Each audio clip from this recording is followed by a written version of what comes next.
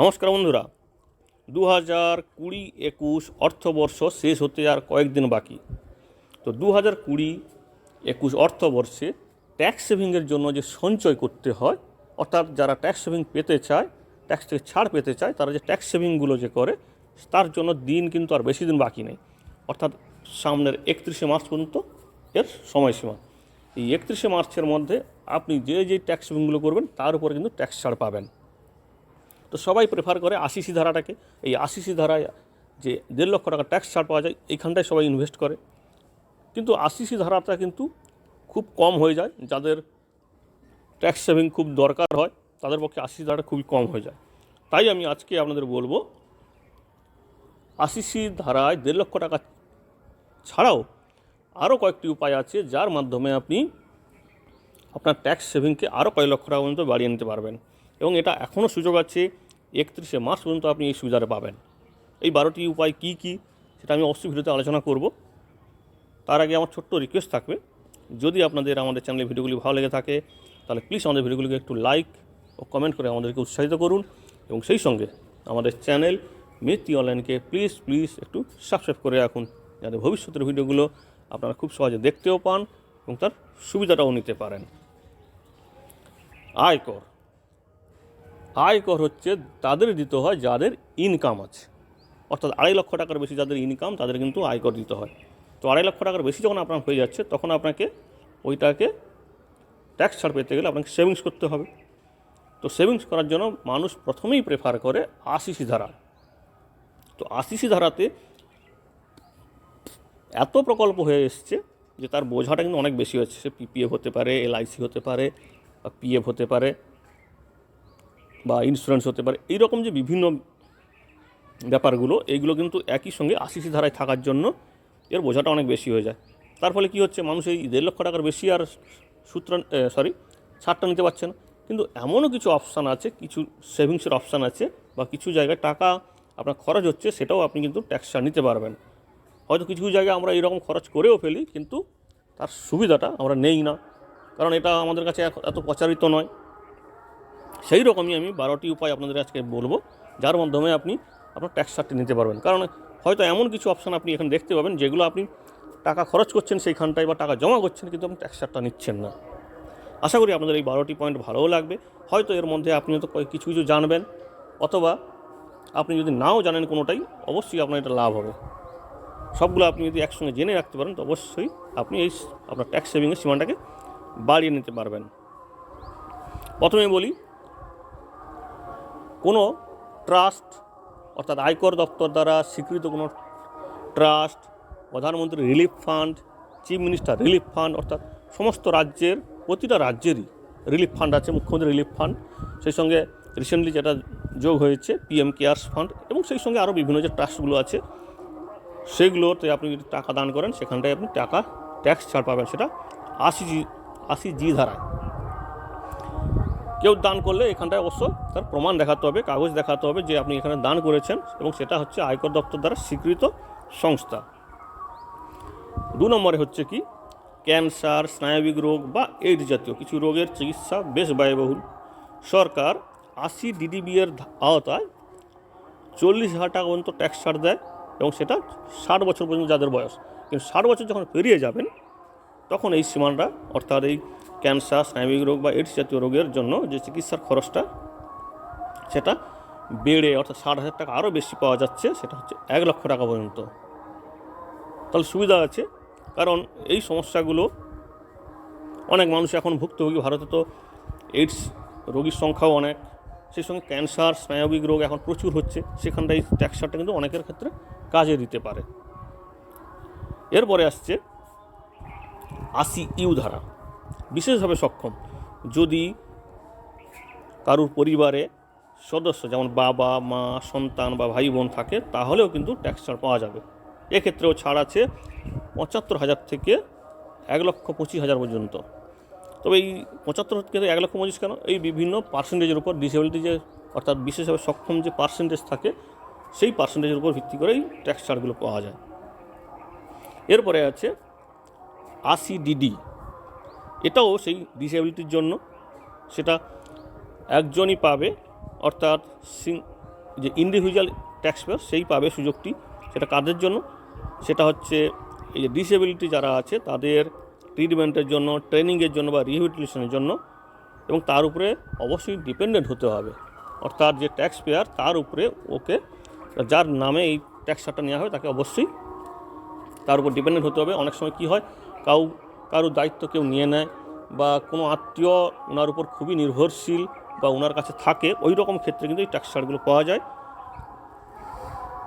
এবং এখানটা তার নামে যদি কিছু ইন্স্যুরেন্স প্রিমিয়াম থাকে সেটাও কিন্তু এই ছাড়গুলো পাওয়া যায়।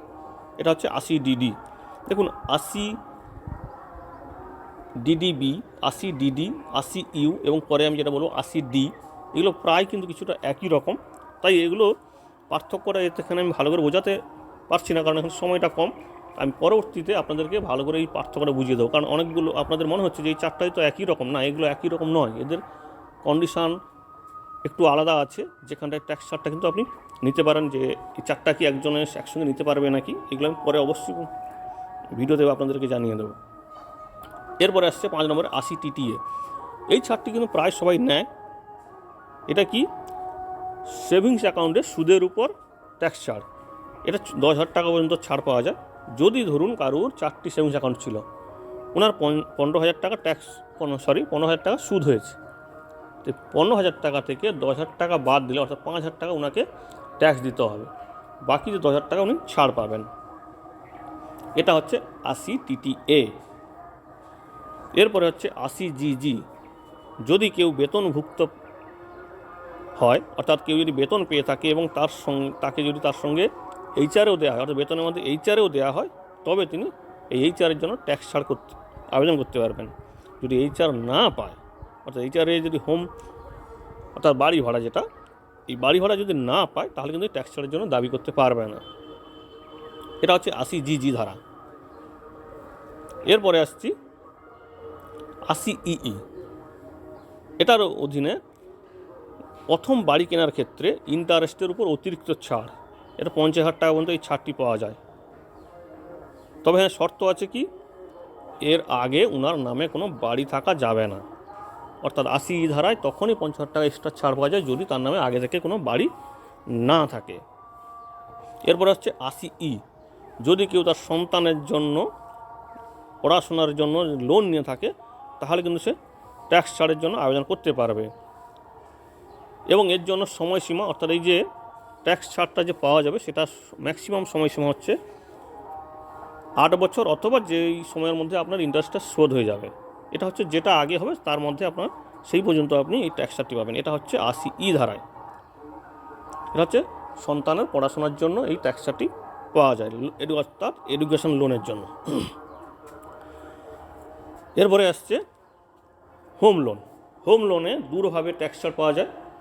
একটা হচ্ছে 80C ধারায় 1.5 লক্ষ টাকা পর্যন্ত ট্যাক্স ছাড় পাওয়া যেতে পারে, এবং সেই সঙ্গে 24 অনুচ্ছেদের অধীনে আরও 2 লক্ষ টাকা পর্যন্ত ট্যাক্স ছাড় পাওয়া যেতে পারে। তো সম্পত্তিটা কিন্তু তার নিজের নামে থাকতে হবে।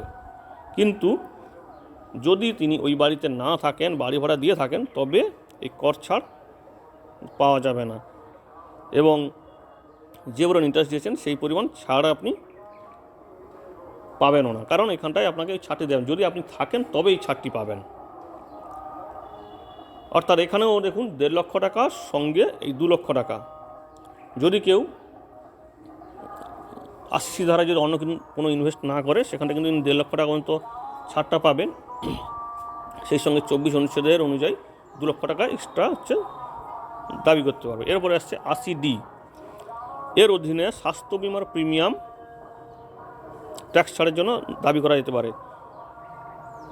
এখানটায় হেলথ ইন্স্যুরেন্স নিজের জন্য, পরিবারের কারোর জন্য, অথবা বাবা মার জন্য, অথবা সেই সঙ্গে যদি কোনো এমন কিছু রোগের হেলথ চেক আপ থাকে, সেখানটাও কিন্তু এই 80D ধারায় আপনি ট্যাক্স ছাড়ের জন্য আবেদন করতে পারবেন। এরপরে আসছি জাতীয় পেনশন প্রকল্প, অর্থাৎ NPS। এই NPS অধীনে 80C ধারায় 1.5 লক্ষ টাকা পর্যন্ত ট্যাক্স ছাড় পাওয়া যাবে।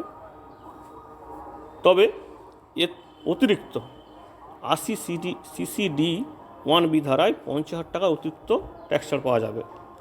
অর্থাৎ আপনি যদি 80C ধারায় যদি অন্য কিছু না সেভিংস করে রাখেন, তাহলে কিন্তু এই 1.5 লক্ষ টাকা এখান থেকে এনপিএসে আপনি সেভিংস করতে পারবেন। সেই সঙ্গে 80 CCD1 বিদ্যাধারায় 50,000 টাকা নিজে থেকে যদি ইনভেস্ট করেন ইন্ডিভিজুয়ালি, সেটাও কিন্তু ট্যাক্স ছাড় পাবেন।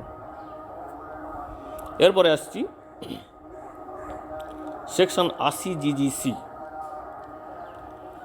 এর অধীনে যদি কেউ ইলেকটোরাল অর্থাৎ যে পলিটিক্যাল পার্টি থাকে, ইলেকটোরাল ট্রাস্ট অর্থাৎ যে বিভিন্ন যে রাজনৈতিক পার্টিগুলো থাকে তাদের যদি কেউ দান করে থাকে তাহলে কিন্তু ছাড় পাবে।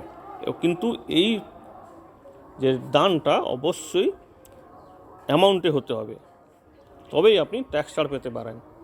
অর্থাৎ এই যে টোটাল যে অ্যামাউন্টটা কমপ্লিট যে কন্ট্রিবিউশনটা করবেন, টোটাল যে দানটি করবেন সেটাও কিন্তু আপনি ট্যাক্স ছাড় পেতে পারেন 80GGC ধারায়। এর সঙ্গে অবশ্যই বলবো যারা বেতনভোগ তাদের কিন্তু ক্যাপিটাল গেইন ট্যাক্স, সেই সঙ্গে শেয়ার প্রপার্টি সোনাদানা কেনার উপরে ট্যাক্সে চার্জ করা হয়। এর থেকে অবশ্যই বাঁচার উপায় একটি হলো নির্দিষ্ট ক্যাপিটাল গেইনসের জন্য যত টাকা করে কর দেওয়ার কথা অপর একটি খাতে ক্যাপিটাল লস দেখিয়ে সেই করের পরিমাণ যতটা পারা যায় বাঁচানো। অর্থাৎ আপনার যেখানে যতটা লাভ যাচ্ছে সেখানটায় অন্য একটি যদি কোথাও লস যায় সেটাও আপনি এখানটায় দেখিয়ে নিতে পারবেন। তবে হ্যাঁ, এইগুলো কিন্তু জটিল যে জিনিসগুলো এগুলো অবশ্যই যদি আপনি নিজে না পারেন অবশ্যই চার্টার্ড অ্যাকাউন্টকে নিয়ে কাজটা করে নেবেন। এবং সেই সঙ্গে অবশ্যই বলবো এই যে আমি 12টা পয়েন্ট বললাম, 12টা যে উপায় বললাম, অবশ্যই আরও আপনি জেনে আপনি ইনভেস্টটা করুন। আপনি যে ইনভেস্টটা নিতে চাইছেন ঠিকভাবে এটার সঙ্গে শর্ত মেনটেন করছে নাকি, অথবা এই শর্তের বাইরে যাচ্ছে নাকি, তার জন্য যদি আপনার নিজেরই মনে হয় যে এটা আমি এখনও এটা ক্লিয়ার নয়, তাহলে আপনি অবশ্যই আপনার চার্টার্ড অ্যাকাউন্টের সঙ্গে যোগাযোগ করতে পারেন, বা যে আপনার যে ই ফাইলিং করে তার সঙ্গে যোগাযোগ করতে পারেন। এবং সেই সঙ্গে অবশ্যই আমি বলবো এই যে 12টা পয়েন্ট বললাম, এই 12টা পয়েন্ট নিয়ে আমি আস্তে আস্তে আপনাদেরকে বিস্তারে অর্থাৎ আরও পরিষ্কারভাবে একটু পরবর্তী ভিডিওগুলোতে আমি বোঝানোর চেষ্টা করব। আশা করি আপনারা চ্যানেলের ভিডিওগুলো দেখতেও থাকবেন এবং ফলো করতে থাকবেন, তাহলে অবশ্যই আপনাদের আমি এগুলো দেওয়ার চেষ্টা করব। সেই সঙ্গে অবশ্যই আবার বলবো সময় ইনকাম ট্যাক্স রিটার্ন ফাইল করুন, তাতে আপনি জরিমানার হাত থেকেও বাঁচবেন। সেই সঙ্গে যতটা পারেন সেভিংস করে রাখুন, শুধুমাত্র ট্যাক্স ছাড়ের জন্য নয়, নিজের ভবিষ্যতের জন্যও কিন্তু এই ট্যাক্স ছাড়ের জন্য এই সেভিংসটা করার দরকার আছে। কারণ ট্যাক্স ছাড়ও পাচ্ছেন, সঙ্গে পরিবার এবং নিজের ভবিষ্যতেও সুরক্ষা দিতে পারবেন। আশা করি আপনাদেরকে আমি জিনিসগুলো ঠিক করে বোঝাতে পেরেছি। তবে হ্যাঁ, এখানটায় আমি অনেক শর্টে বোঝালাম, পরবর্তীতে আমি আবার আপনাদের আমি বিস্তারে অবশ্যই জানাবো। ধন্যবাদ।